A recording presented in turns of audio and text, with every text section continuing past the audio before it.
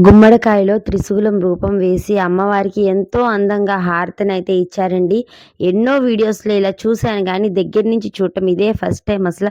చాలా చక్కగా అనిపించింది నాకు. నేను కూడా ఇలా అమ్మవారికి హారతినైతే ఇవ్వాలనుకుంటున్నా. గుమ్మడికాయలో త్రిశూలం గానీ, ఓంకారం గానీ, శివనామాలు గానీ ఇలా అలంకరణతో చేసుకొని అమ్మవారికి, అయ్యవారికి హారతయితే ఇవ్వాలనుకుంటున్నాను. ఇక పూజైతే చాలా చక్కగా జరిగింది. ఇంక అక్కడి నుంచి భజనకైతే వచ్చేసాము. మా గుడివాడలో కార్తీక మాసంలో ఇలా శివాలయం సెంటర్‌లో బంటిమిల్ రోడ్‌లో అయితే ఇలా ఎంతోమంది స్వాములు భవానీలు సర్వమాలాధారులతో ఈ భజననైతే జరిపిస్తారండి. చాలా చక్కగా జరుగుతుంది భజనైతే. ఇక ఆ భజనలో ఎక్కడెక్కడి నుంచో స్వాములైతే వచ్చి అయ్యప్ప స్వామి భజనలో అయితే పాల్గొన్నారు. భజన కూడా చాలా చక్కగా జరిగింది. మా బుడ్డోడును, నాగబాబు కూడా చూడండి ఎంత చక్కగా భజనలో లీనమైపోయి చూస్తున్నారో. అసలు చాలా చక్కగా జరిగి ఈ భజన కోసం నేను ఎన్నో రోజుల నుంచి అయితే ఎదురు చూస్తాను. ఎప్పుడెప్పుడు పెడతారా అని చెప్పి.